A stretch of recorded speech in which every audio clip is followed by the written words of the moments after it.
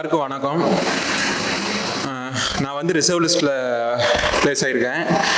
Sir என்னோட சக்ஸஸ்க்கு வந்து sir 2 பேர் தான் காரணம். ஏன்னா வந்து நான் மெயின்ஸ் வந்து நிறைய மார்க் எக்ஸ்பெக்ட் பண்ணேன், ஆனால் அவ்வளோ வரல.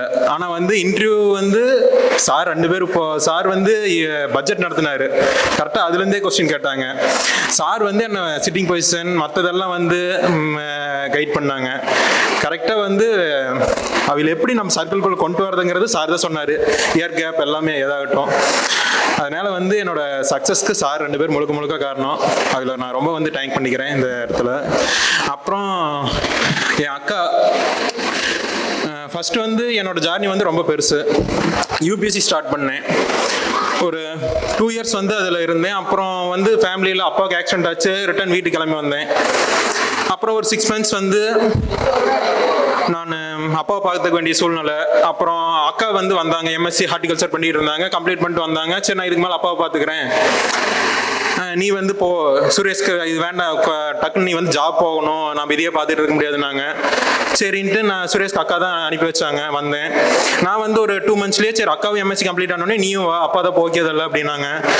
இதில் என்ன ஒரு ஆச்சரியம்னா அக்கா வந்து 3 மாதத்துலேயே கிளியர் பண்ணி போயிட்டாங்க எஸ்ஓ, ஐபிபிஎஸ் எஸ்ஓ. அப்புறம் எனக்கு ஒரே ஆச்சரியம், சரி அப்படின்ட்டு. ஏன்னா அக்காவுக்கு வந்து கன்சிஸ்டன்சிங்கிறது ரொம்ப அதிகம். வீட்டுக்கு ஃபோன் வந்து 10 நாளைக்கு கூட பேச மாட்டாங்க. ஒர்க் பார்ப்பாங்க. நான் வந்து அப்படி இல்லை. வீட்டுக்கு போனால் 6 மாதம் அங்கேயே இருப்பேன், இங்கே வந்தோன்னா 6 மாதம் இங்கேயே இருப்பேன். அப்புறம் அப்படியே போயிட்டு இருந்துச்சு. ப்ரிலிம்ஸ் எல்லாம் கிளியர் ஆகும், மெயின்ஸும் பக்கமாக வரும். போன வருஷம் வந்து ஆர்ஆர்பி இன்டர்வியூ போயிருந்தேன். அப்போ ஒரு 1 or 2 marks வந்திருந்தேன் மார்க் இன்டர்வியூ. அப்புறம் இந்த இயரும் வந்து அப்போ அது செலக்ட் ஆகலை. இந்த இயரும் வந்து ஆர்ஆர்பி இன்டர்வியூக்கு வந்து மார்க்கே வரல. சரி, போன வருஷம் போயிருந்தேன் அதான் அப்படின்னு நினச்சேன். ஆனால் அப்புறம் மறுபடியும் ஐபிபிஎஸ்க்கு இன்டர்வியூக்கு மார்க் வரப்போ தான் தெரிஞ்சு நம்ம இன்னும் நம்மளை நிறைய மோல்ட் பண்ண வேண்டியது இருக்குது அப்படின்ட்டு. அது வந்ததுக்கு அப்புறம் தான் நிறைய புரிஞ்சுக்கிட்டேன். ஏன்னா இன்டர்வியூவில் எனக்கு 80 போட்டாங்க. உண்மையாலுமே ரொம்ப சந்தோஷமா இருந்துச்சு.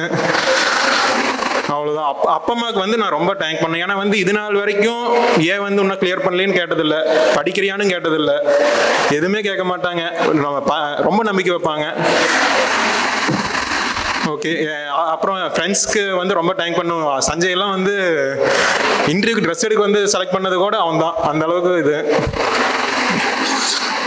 ஓகே, அவ்வளோதான். சுரேஷ் IAS அகாடமி வெற்றியின் முகவரி.